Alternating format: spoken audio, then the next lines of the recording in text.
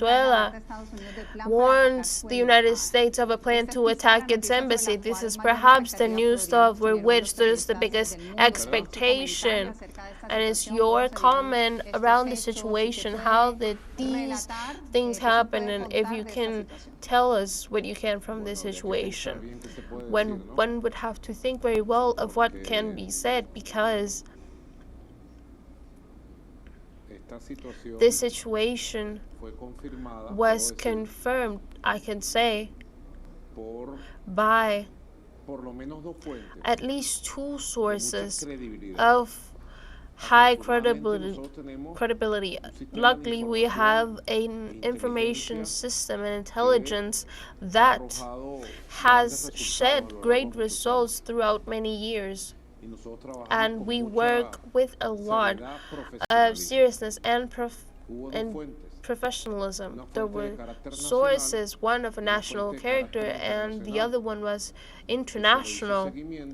And through follow-up, they both agreed on the possibility of a group, a terrorist group, an extremist local group would put an explosive charge against the U.S. Embassy in Caracas, which is an embassy that, besides all of the differences that we have had with the governments of the United States, it is protected and preserved as the Geneva and international law mandates. It is protected by a government that is an embassy that, as all of the embassies are permanently taken care of, attended, and respected. The U.S. Embassy in Venezuela is a territory of the United States, not the same thing as our embassies in Washington, which everyone knows that were assaulted and illegally occupied. Now, it was confirmed, and I personally was able to verify that in the line of development there was a threat, a believable threat, and very destructive by the terrorist group that was doing these kinds of things. So I ordained to Jorge Rodriguez to communicate through all of the ways with the government of the United States. He did that immediately, and the reaction of the people who communicated with Jorge Rodriguez was positive, and all of the measures were taken, and the Minister Diosdado Cabellos immediately sent the police, the diplomatic police of Venezuela, to reinforce and coordinate with the personnel of the U.S. Embassy. They don't have diplomatic personnel, but they have security personnel taking care of their installations. That is a very big complex of buildings, and all of the security was reinforced around the Embassy of the United States.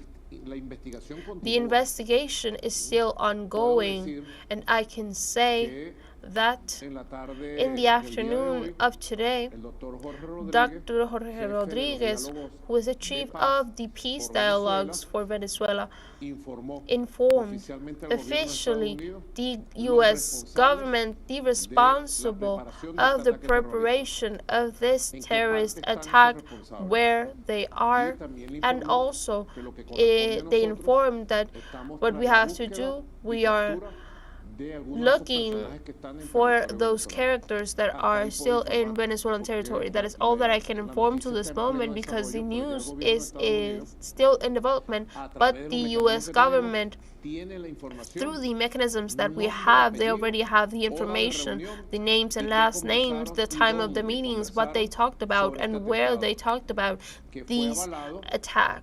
These attempted attacks that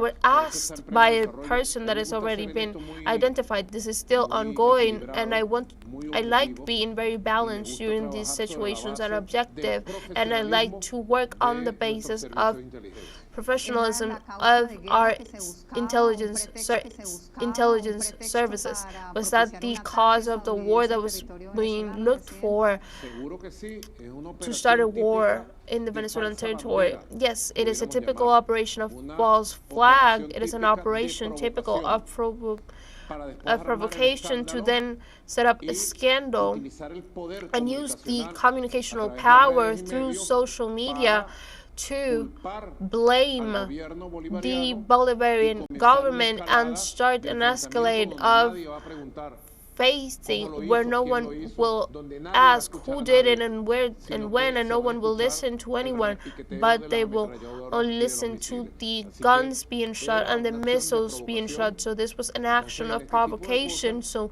in these kinds of things, a detective that is doing a police course, it is taught a very basic.